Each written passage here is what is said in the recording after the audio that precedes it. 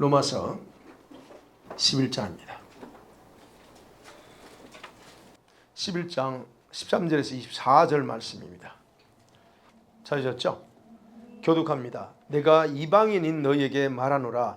내가 이방인의 사도인 만큼 내 직분을 영광스럽게 여기노니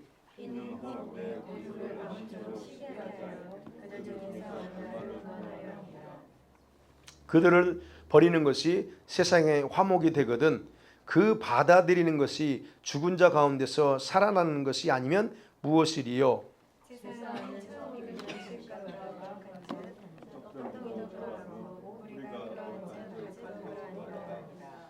또한 가지 얼마가 꺾이었는데 돌 감람나무인 너가 그들 중에 젖붙임이 되어 참 감람나무 뿌리의 진액을 함께 받은 자가 되었은즉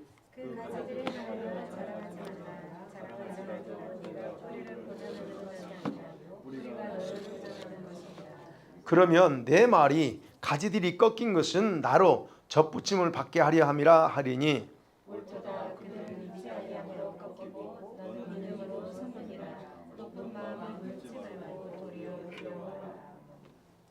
하나님이 원 가지들도 아끼지 아니하셨은즉 너도 아끼지 아니하시리라. 그러므로 하나님의 인자하심과 준엄하심을 보라. 넘어지는 자들에게는 준엄하심이 있으니 너희가 만일 하나님의 인자하심에 머물러 있으면 그 인자가 너희에게 있으리라. 그렇지 않으면 너도 찢기는 바 아니라. 그들도 믿지 아니하는데 머무르지 아니하면 젖붙임을 받으리니 이는 그들을 젖붙이실 능력이 하나님께 있음이라. 내가 원 감나무에서 찍힘을 받고 본성을 거스려 좋은 감람나무에 젖붙임을 받았으니 원가지인 이 사람들이야 얼마나 더 자기 감람나무에 젖붙이심을 받으랴. 아멘. 자, 오늘은 누가 진짜 이스라엘이고 누가 참 감람나무인가라고 하는 말씀을 가지고 나누려고 합니다. 자, 창조 전에 하나님의 계획 속에서 이스라엘을 선택하셨어요. 창세전의 계획 속에서 그렇게 선택하셨던 하나님께서 왜 그들이 메시아를 죽이도록 허용했을까 하는 겁니다. 왜 메시아를 죽이도록 허용했을까? 그리고 그 대가로 이스라엘은 나라 없이 세계를 떠돌면서 사는 그런 서러움 속에 살게 하셨을까 하는 거예요. 그것이 하나님께서 이스라엘 백성을 버렸기 때문일까? 아니면 일시적으로 방치하신 것일까 하는 거예요. 여러분, 현대 교회는요, 잘못된 신학으로 인해서 이스라엘이 영원히 유기된 민족, 버려진 민족이다라고 그렇게 인식을 하고 있습니다. 그 결과 우리 지역교회에서, 여러분 지역교회에서는 이스라엘에 관심을 두지 않고 본인 교회 성장에만 집중하면서 아브라함과 이삭과 야곱의 하나님이라 불리는 그 여호와를 오직 자기들만을 위한 하나님이라고 부르면서 사는 오만함을 가지고 있습니다. 여러분, 이스라엘의 하나님이에요. 아브라함의 하나님, 야곱의 하나님, 이스라엘 하나님. 우리 하나님이라고 말하는데 성경적으로는요 그렇게 표현한다는 겁니다.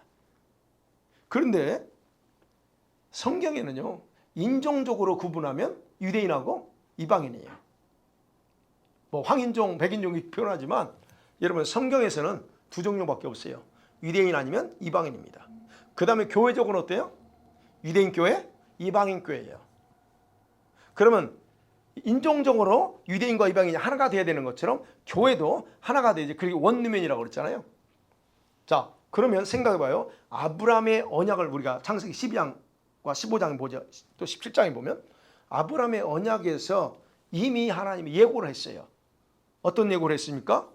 아브라함의 후손이 혈통적인 후손뿐만 아니라 저 열방 모든 민족 가운데서도, 즉 이방인이죠. 이방인들도 아브라함의 후손으로 들어와야 된다라고 하는 것이 그 언약 속에 이미 드러나 있습니다.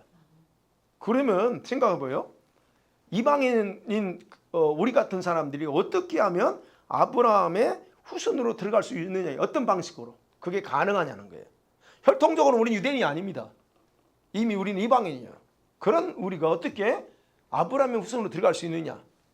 이에 대한 하나님의 방법이 뭘까 하는 거예요.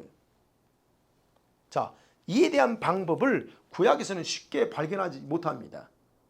발견하지 못하네요. 그러나 바울은 이것을 깨달았어요. 바울은 이것에 대해서 아주 정확한 지식을 이 말씀을 연구하면서 깨달았어요. 그래서 바울은 이 자신이 깨달은 이 사실을, 비밀을 로마서 바로 오늘 9장, 10장, 11장에서 대단히 매우 상세하게 풀어서 설명하고 있는 거예요. 그래서 로마서 9장부터 보면 이스라엘에 대한 얘기밖에 안 나옵니다. 여러분 생각해 보세요. 바울이 자기 동족 이스라엘이잖아요. 자기도 이스라엘 사람이잖아요. 이스라엘이 메시아를 완전히 거부하고 죽였어. 이 사실을 알고 본인도 그게 당연하다고 여겼던 사람이잖아요. 그리고 자기가 메시아를 예수를 인정하지 않았기 때문에 그렇게 죽인 건 당연하다고 하면서 얼마나 엄청난 열정을 가지고 교회를 핍박했느냐 이거예요. 본인이 스스로 알고 있단 말이에요. 그렇기 때문에 그가 이 비밀을 깨닫고 나서 뭘 했을 것 같아요? 가장 먼저 누굴 생각했을 것 같아요? 자기 동족이에요. 자기와 같은 그런 이스라엘 민족 운명에 대한 염려와 걱정이 그를 엄습하기 시작합니다. 도대체 우리 민족은 어떻게 되는 거예요? 그래서 그는 9장을 시작하면서 자신의 심정을 다음과 같이 토로해요. 3절에요. 로마서 보세요. 이제 로마서 9장부터 쭉 이렇게 볼 건데 9장 3절 자신의 심정을 이렇게 말합니다. 시작. 나의 형제 곧 골육의 친척을 위하여 내 자신이 저주를 받아 그리스도에게서 끊어질지라도 원하는 보더라. 그들이 누구냐? 그들은 이스라엘 사람이라 그래요. 자기 민족에 대한 그런 어떤 그 심정을 토로합니다. 자, 그래서 오늘은 제가 9장과 10장, 11장을 풀어가면서 하나님께서 하시고자 하는 그런 말씀이 비밀이 뭔가를 같이 알아보기를 원합니다. 자, 첫 번째 생각할 수 있는 것은 바울이 깨달은 그 아브라함의 후손에 대한 해석이 그 후손을 어떻게 해석하느냐는 거예요. 자, 바울이 자기 동족을 생각하면서 가장 먼저 여러분 떠오르는 거 뭐였을까요? 이스라엘이 어떤 민족이에요? 하나님의 주권적인 선택, 선민이잖아요. 그럼 이 주권적인 선택의 효력이 어디까지냐 하는 거예요. 여러분, 이스라엘이 메시아를 거부하고 죽인 것이 과연 그들을 완전히 유기하는 것, 완전히 버려버리는 그런 상태까지 갈 수 있느냐 하는 거예요. 그러면 만일에 그렇다면 하나님의 그 주권적인 선택의 효력은 어디까지라고 우리가 단정해야 될까? 바울 입장은 그게 제일 이제 먼저 생각하는 거예요. 내 백성이 과연 버림받았을까? 그래서 그는 자기 민족과 언약을 세우면서 한 약속이 여전히 유효하고 동시에 율법에서 말하는 아브라함의 후손의 개념을 새롭게 해석하기 시작해요. 그게 9장 6절에서 8절이에요. 어떻게 해석합니까? 아브라함의 참 후손은 아브라함의 후손이 아들이 한 몇 명이었어요? 네? 아브라함의 아들 자녀들이 많아요. 이스마엘도 있고 이삭도 있고 또 누가요? 그들을 통해서 또 낳았어요. 사라가 죽고 나서 또 와이프를 얻었어요. 그래서 자손들이 낳았어. 그러면 아브라함의 자녀들이 한 사람만이 아니에요. 그런데 지금 바울이 여기서 합니다. 아브라함의 진짜 후손은 이스마엘처럼 육신의 계획을 따라 난 그 모든 후손들을 말하지 않고 누구요? 이삭처럼 약속에 의해서 태어난 자가 바로 진짜 아브라함의 후손이다라는 거예요. 자, 그 개념으로 해석을 해나갑니다. 그것에 대한 샘플을 바로 사라와 리브가 얘기해요. 그래서 6절, 7절 바라보면 그래요. 아브라함의 씨가 다 그의 자녀가 아니다. 그러면 보세요. 사라 얘기했고 그 다음에 10절 보면 리브가는 누구죠? 리브가 이삭의 와이프잖아요. 자, 리브가가 아들을 둘 낳죠. 딱 둘만 낳습니다. 근데 쌍둥이에요. 낳았는데 거기서 누가 선택받아요? 야곱이 선택받아요. 약속의 자녀로 선택을 야곱이 받습니다. 그러면 이삭의 아들 야곱과 에서의 생에서 확인할 수 있는 건 뭐냐는 거예요. 선택의 개념이 처음 등장해요. 아브라함에서는 약속이라고 하는 자녀로 나오는데 이제 이삭의 후손에서는 이제 드디어 선택의 개념이 처음 등장하는 거예요. 그래서 바로 여기에서 선택이라고 하는 개념이 야곱의 이제 12아들 있잖아요. 이제 야곱의 12아들과 그 후손들에게 그것이 쭉 적용돼서 이제는 선택이라고 하는 걸로 해석이 됩니다. 그러니까 하나님은 자신의 뜻을 따라 선택하고 부르시는 권한을 가지고 계신다는 것을 여기서 강조하는 거예요. 이 말은요, 후손들이 많이 번성할 거잖아요. 저 아브라함 후손들 나중에 많이 번성하잖아요. 그 많이 번성할 때 우리가 아는 것처럼 아담의 후손들이 많이 번성하면서 어떻게 됐어요? 제대로 신앙생활 했나요? 제대로 이렇게 하나님과 관계 가졌나요? 창세기 6장에 보면 다 타락해버립니다. 그러니까 그 얘기하는 거예요. 아브라함 후손들이 이게 많이 번성할 때 타락하는 그 타락의 부패가 계속 그 후손들에게 계속적으로 직접적으로 이제 그들의 삶 속에서 나타날 것이기 때문에 노아의 홍수 심판과 같은 현상들이 일어날 것을 이미 파악하고서 뭐라 했을까요? 선택으로 분리했다는 거예요. 선택. 모든 혈통적인 백성들 중에서 선택된 자들을 제한적으로 축소해서 그를 바로 그 사람들을 후손이다라고 그렇게 정하셨다는 겁니다. 자, 그러면서 봐요. 바울이 여기서 이제 9장에서 얘기합니다. 그러면 이러한 하나님의 고유의 권한에 대해서 이의를 제기할 사람이 있을까 없을까요? 아니, 하나님 어떻게 그럴 수 있습니까? 우리 다 아브라함 후손인데 왜 누구는 선택하고 누구는 그렇습니까? 라고 이의를 제기할 수 있습니다.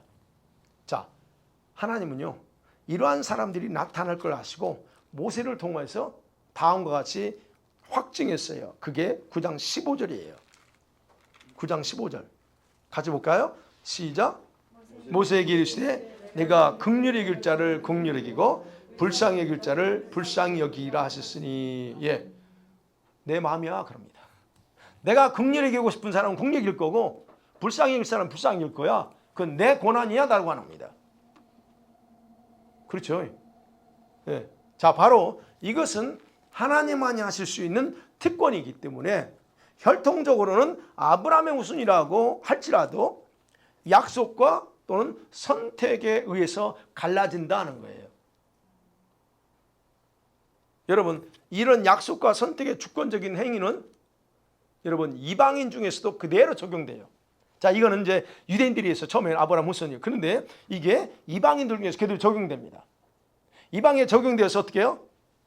이제는 어떻게 표현하냐면 원래 하나님의 백성이 아니었던 그 자들을 내 백성이라 정했다라고 얘기해요. 바울이 그럽니다. 그걸 얘기해요. 내 백성이 아니었어. 즉 이방인이었어.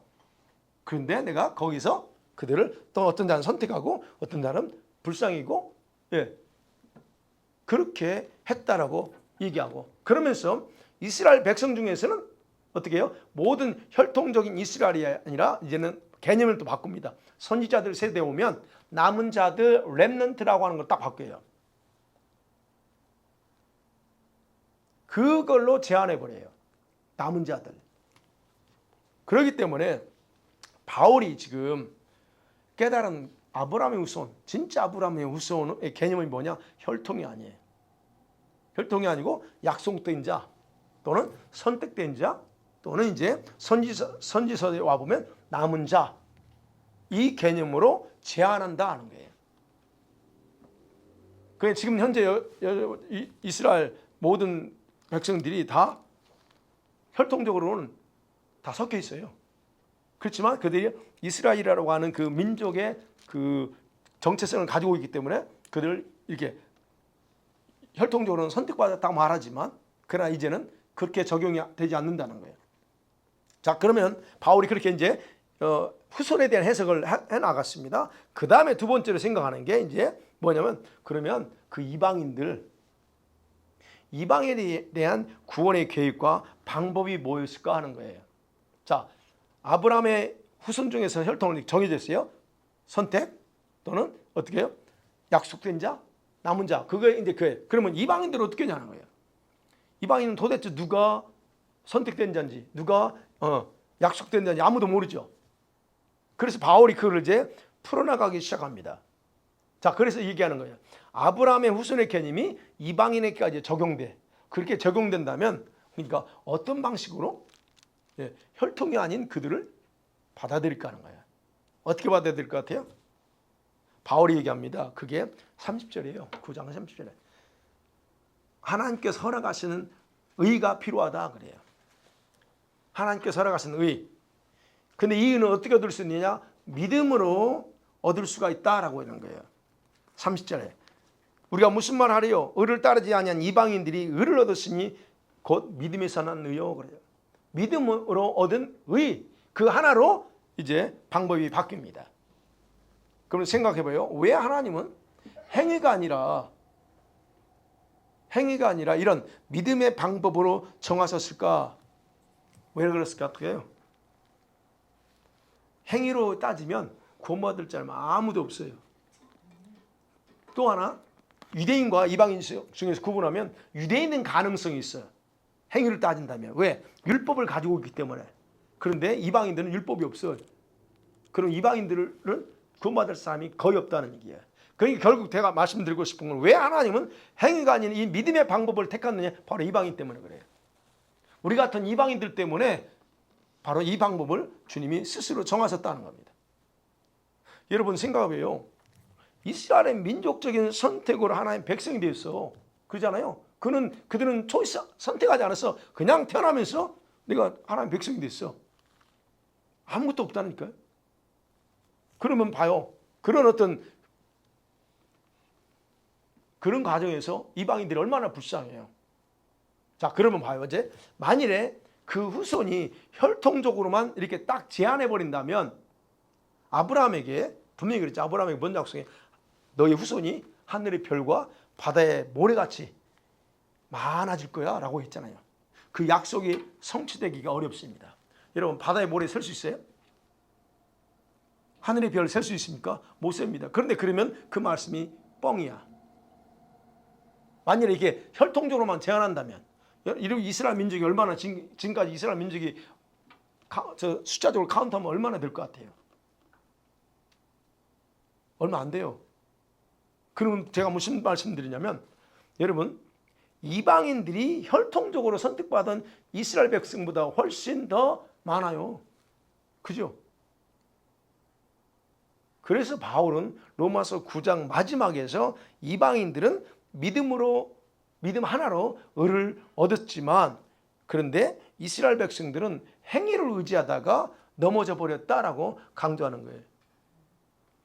그리고는 그 이스라엘이 하나님에 대한 열심을 가지고 있었지만 그 열심이 올바른 지식에 근거하지 않고 자기 의를 세우려다가 결국은 하나님의 의를 거부하게 됐고 복종하지 않는 어리석음을 빠졌고 그 어리석음에 빠졌고 그래서 결국은 그들은 다 넘어졌다. 그래서 그들은 또 메시아도 죽였다 하는 얘기예요.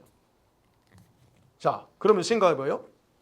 이스라엘 백성들에게 동일하게 적용되었던 믿음의 원리 예수님께서 오심을 통해서 시작합니다.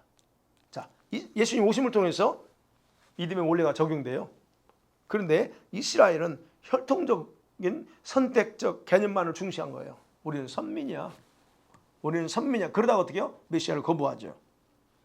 근데 하나님은 오늘 이제 바울이 얘기하는 거죠. 근데 하나님은 그렇게 순종하기를 거부하는 그들에게 온종일 손을 내밀어서 애원하다시피 했다 그래요.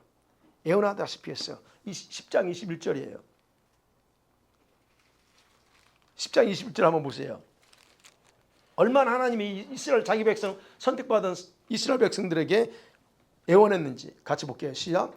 이스라엘에 대하여 이르되 순종하지 아니하고 거슬러 말하는 백성에게 내가 종일 내 손을 벌렸노라 하였다. 예. 얼마나 하나님이 애원했는지 몰라요. 손을 벌려서 제발 내 손 잡고 와달라는 거예요. 자, 그렇다면 생각해 보시도 왜 하나님은 이런 방식으로 백성들이 행동할까 하는 거예요. 아이, 내버려 둬버리지. 네가 싫어? 그래, 알았어. 내버려 두지 왜 이렇게 애원하다시피 했을까 하는 거예요. 여러분, 그들은 선민이에요. 어찌됐든 그들이 거부하든 어쨌든 간에 그들은 언약을 통해서 맺은 그 선민 백성이에요. 그래서 주님은 그렇게 애원하는 거예요. 자, 이스라엘 백성들이 구속의 역사, 예수님을 통한 구속의 역사에서 메시아를 혈통적으로 태어나게 했어요. 그래서 이스라엘을 태어나게 하심으로 그러면 이스라엘의 모든 역할이 끝났는가 하는 거예요. 메시아를 죽인 그 이스라엘을 버리신 것은 당연한 거 아니냐는 거죠. 바울이 얘기합니다. 자, 바울이 그러면서 얘기하는 거예요. 이러한 생각들을 단호하게 거절하는 말을 다음과 같이 기록합니다. 11장 1절 2절이에요. 그들 다 버림받은 거 아니에요? 그렇게 생각해야 됩니다 라고 얘기하는 사람들이 있을 수 있는데 바울은 단호하게 거절. 그게 아니라고 얘기해요. 11장 1절과 2절 시작. 그러므로 내가 말하노니 하나님이 자기 백성을 버리셨느냐? 그럴 수 없느니라. 나도 이스라엘이뇨 아브라함의 씨에서 난 베냐민 지파라. 하나님이 그 미리 아신 자기 백성을 버리지 아니하셨나니 너희가 성경이 엘리야를 가리켜 말한 것을 알지 못하느냐? 그가 이스라엘을 하나님께 고발하되 분명히 말합니다. 여기서 아니야 라고 그래. 자, 이렇게 명백하게 이스라엘 메시아를 죽인 이스라엘 하나님께 버리지 않았다고 정확하게 기록하고 있음에도 불구하고 왜 교회는 오늘날 많은 성도들 또는 이 목회자들은 이스라엘을 아무것도 아닌 걸로 여기는지 이게 참 안타까워요. 성경 분명히 말하고 있는데 안 버렸다고 하는데. 자, 혈통적인 이스라엘은 뭐라고 표현해요? 하나님께서 미리 아신 자들이래요. 2절에 그랬잖아요. 그들 누구냐? 미리 이미 알고 있었던 백성들이다. 그러면서 여기서 중요하게 생각해야 될게요. 그러면서 그와 마찬가지로 그 미리 아신 백성들 중에서도 주께서 또 아까 구약에서 선택한 자, 그죠? 약속된 자, 남은 자 있다고 그랬죠. 바로 그런 그 미리 아신 그 백성들 중에서도 주님께서 미리 알고 있는 그런 백성들이 따로 구별해 놓았다라고 얘기하는 거예요. 거기서 그것을 설명하기 위해서 3절부터예요. 바로 엘리야가 하나님께 예의를 제기했잖아요. 아방이 막 다 죽이고 할 때 하나님 나밖에 없어요. 어떻게 하랍니까 할 때 하나님께서 엘리야에게 뭐라고 그래요? 네. 너 걱정하지 마. 내가 몇 명? 7,000명 남겨놨어 하는 겁니다. 7,000명 남겨놓은 자들이 있대요.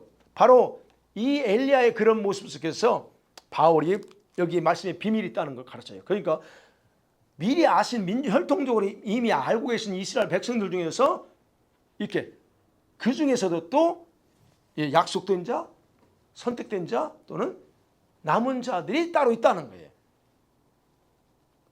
그런 것처럼 지금도 그 얘기 이제 11장을 보면 5절에 그 얘기잖아요. 그런 적 이와 같이 지금도 은혜로 선택함을 받은 택하심을 따라 남은 자가 있다라고 정확하게 이 얘기하는 거예요. 자, 그러니까 보세요. 우리가 생각할 부분은 로마서를 읽어보면 그래서 우리가 이제 로마서를 뜬금없이 여러분 읽다가 8장까지는 막 그 교리 얘기하다가 갑자기 9장에서는 11장까지 이스라엘 전혀 못 알아들을 것 같은 이스라엘 얘기하잖아요. 이런 부분에 대해서 결국 이제 로마서 설교할 때 다시 얘기하겠지만 여기는 다 이유가 있다는 얘기예요. 그러면 생각해봐요. 이 하나님께서 혈통적인 이스라엘 백성들은 이러한 하나님의 비밀에 동조하지 못하고 오히려 우둔함에 빠져버렸다. 그게 11장입니다. 그래서 나오는 거예요. 11절에 보면 그들이 우둔함에 빠졌어. 어떤 우둔함이에요? 어떤 우둔함에 빠졌냐요? 지속적으로 하나님의 손길을 거부했을 때 혼미케 하는 영에게 사로잡혔다 그래요. 그게 여러분 8절, 9절, 10절이에요. 계속 거부하면 그 영을 혼미하게 내버려 둬버립니다. 전혀 뭐가 옳고 그른지를 분별하지 못하도록 내버려 둬요. 그러니까 그들이 거부하니까 혼미케 하는 영이 딱 사로잡았어요. 그래서 그것이 현재까지 그들은 스스로 실족해서 넘어져 있는 상태다라고 바울이 얘기하는 거예요. 일어설 수 있었는데 거부하니까 주님이 혼미하는 영에 내버려 잡히도록 됐어. 그래서 지금까지 넘어져서 일어나지 못하고 있다는 거예요. 그게 바로 이제 바울이 10절까지 하는 얘기입니다. 자, 어찌됐든 바울은 예수께서 메시아로 오신 이후에는 이방인 모두는 뭘로 여러분 아브라함 혈통될 수 믿음의 의를 통해서 아브라함과의 약속과 선택의 후손으로 등록이 가능해진다는 사실을 깨닫고서 이렇게 기록하고 있다는 거예요. 그러면 세 번째로 마지막으로 이제 그러면 자 11장에서 마지막 부분 봐야 돼요. 그럼 이스라엘이 넘어졌다고 그러잖아요. 우드람에서 넘어져 있어. 그러면 넘어진 그 이스라엘 백성들 참 불행하죠. 넘어졌는데 거기에 또 반전이 있어요.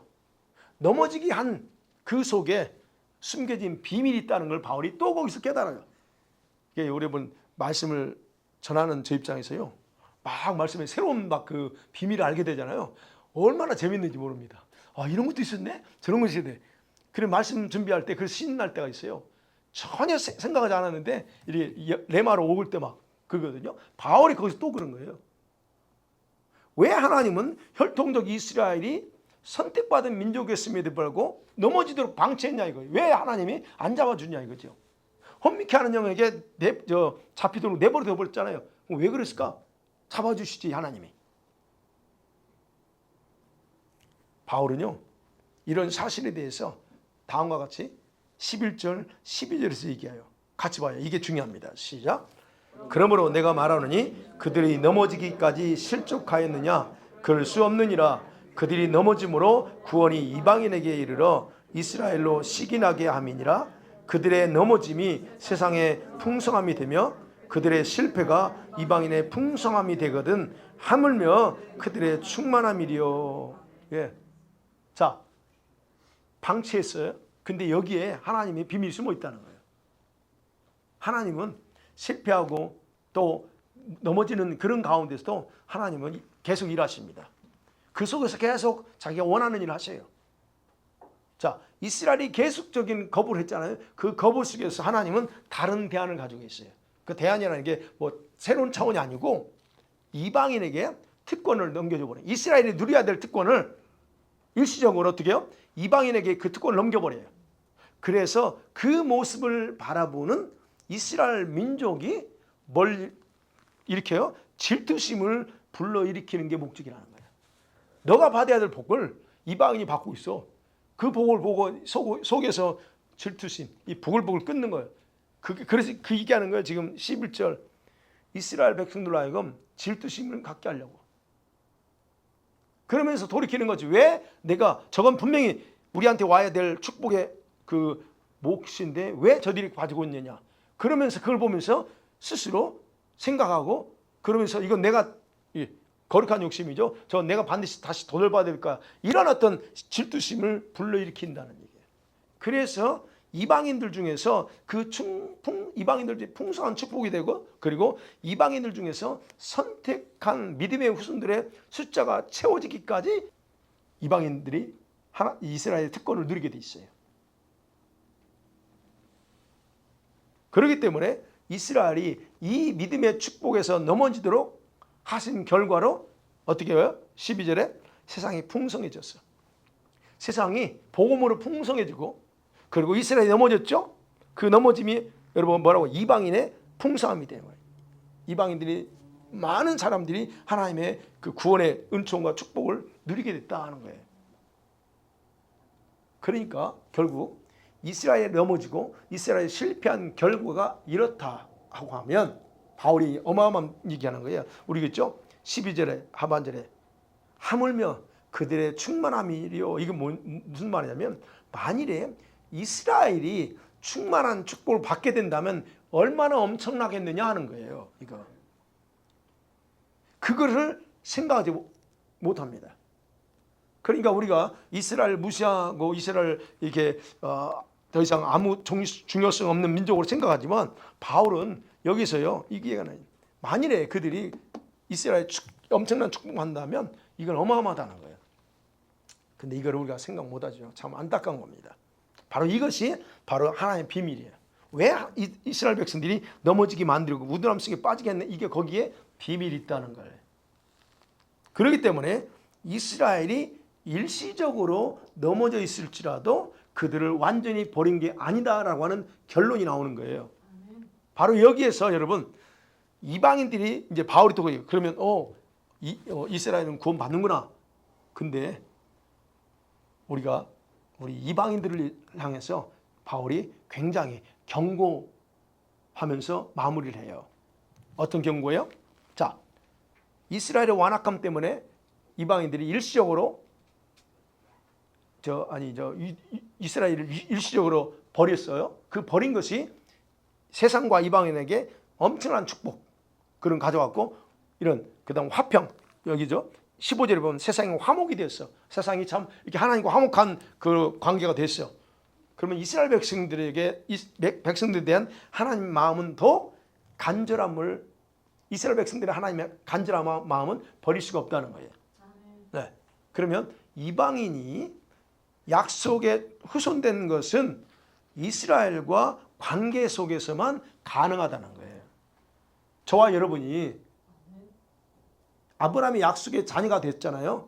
이 후손에 들어왔잖아요. 이거는 이스라엘이 없으면 우리는 아무것도 아니라는 얘기예요. 그걸 얘기하는 겁니다. 여기서 지금 우리가 저와 같은 이방인이 아브라함의 약속의 후손이 된 거는 이스라엘과의 관계 속에서만 그게 유지되는데 이거를 무시하니까 스스로를 완전함 속에서 절반 반토막 내는 거예요. 그게 지금 바울이 지금 13절부터 하는 얘기입니다. 예를 들어 그래요. 그래서 설명합니다. 예를 들어서 이방인 우리 조심해야 된다. 뭘 조심하냐 그래요. 돌감람나무하고 참감람나무가 있어요. 여러분 이스라엘 가보면요. 진짜 감람나무가 있어요. 맞아요. 돌감나무. 그러니까 우리도 여기 사과나무 집에 심어 있는 거 사과나무인데 열매가 그 별로 안 좋은 거지. 그게 바로 돌감나무 같은 거예요. 그럼 이스라엘도 감람나무가 많아요. 그런데 돌감나무가 있고 참감람나무 있어. 근데 열매는 어디서 얻어요? 참감람나무가 진짜 오리지널이야. 자, 그러면 바로 얘기하는 겁니다. 그러니까 이스라엘 백성들이 아는 얘기죠. 돌감나무하고 참감람나무가 있는데 돌감람나무가 참감람나무가 될 수 있을까요? 돌감나무 참감나무 돌나무가 참나무가 될 수 있어요. 될 수 있냐 이거예요. 바울이 하는 얘기예요. 돌나무가 참나무가 될 수 있느냐. 여러분 절대 불가능하다는 겁니다. 그런데 가능한 게 하나 있어. 돌감람나무의 가지를 잘라가지고 참감람나무에 접붙이면 그러면 그 가지는 감람나무의 그 뿌리에서 주는 액을 피면서 살 수는 있어. 그러나 그 가지가 참감람나무냐 아니다는 거예요. 참감람나무에 붙어있을 때만 참감나무라고 이렇게 여겨지지만 이걸 떼버리면 그건 참감람나무가 아니라는 거예요. 그래서 얘기하는 거 지금 바울이 17절 16, 17, 18절 그쪽에서 참감람나무에 붙어 있기는 한데 그 가지가 그 참감람나무의 뿌리에서 제공하는 진액을 먹고 자라는 것 뿐이지 그 자체로는 절대로 참감람나무가 될 수 없다 이게요. 그러면 가지의 생명은 뭐에 달려있다는 거예요? 뿌리에 의해서 보존되는 거지 가지가 뿌리를 보존하는 게 아니에요. 그럼 우리가 뿌리는 누구예요? 참감람나무의 뿌리는 누구예요? 이스라엘이요. 물론 더 깊어 예수님이시지만 그러면 돌감나무가 우리가 돌감나무예요. 근데 이미 이쪽에 붙임 받아가지고 마치 우리가 참감람나무의 진액을 먹고 있는 존재일 뿐이야. 근데 우리는 원 가지인 이걸 무시하고 우리가 마치 왕인 것처럼 우리만이 뭐 이런 것처럼 무시하는 것이 현재 참 안타까운 그런 부분이라는 거예요. 그래 바울이 그래서 그렇기 때문에 지금 이방인이 마치 세상의 주인공인 것처럼 생각하고서 원가지들을 무시하는 교만함을 가장 조심해야 된다 얘기하는 거예요. 교만하지 마 그러니. 그게 나와요 여기서 21절 보세요. 11장 20절 시작. 하나님이 원가지들도 아끼지 아니하셨은즉 너도 아끼지 않을 거야 입니다. 바울은 명확하게 이방인 성도들과 유대인 성도들이 실제적인 차이점을 구분해요. 그러면서 뭘 경고요? 교만함. 웃기지 마 하는 거예요. 세속된 표현입니다. 이게 바로 그러면서 21절이 그래요. 그러면서 이게 하나님의 선하심과 동시에 엄하신 성품이다 그래요. 그래서 22절 하나님의 인자하심과 준엄하심을 봐. 넘어지는 자 준엄하심이 있어. 그러나 만일 하나님의 인자하심에 머무르시면 그 인자가 너에게 있을 거고 그래서 얘기하는 거예요. 하나님은요 기다리면서 자신의 뜻을 이루고 동시에 거절하게 되잖아요. 네. 다른 대안을 가지고 일을 하신다는 겁니다. 다른 방법으로 자기 일을 하세요. 그런데 바울이 설령 혈통적으로 선택한 그런 백성일지라도 일시적으로 단호하게 거절함을 통해서 자신이 얼마나 엄하신 분인가를 알려준다는 거예요. 그래서 채찍을 드는 거예요. 왜 채찍을 들어요? 엄하다는 걸 가르쳐 주는 거예요. 그래서 얘기하는 거예요. 준엄하심을 보라는 게 그겁니다. 그래서 얘기한 거예요. 가장 중요한 건 뭐냐? 하나님의 인자하심에 머물러 있는 게 중요하다. 이게요. 자, 그렇다고 하면 이게요. 이방인은 우리가 마치 모든 것의 주인공인 것처럼 교만 떨면서 저 이스라엘을 무시하는 건 결국 내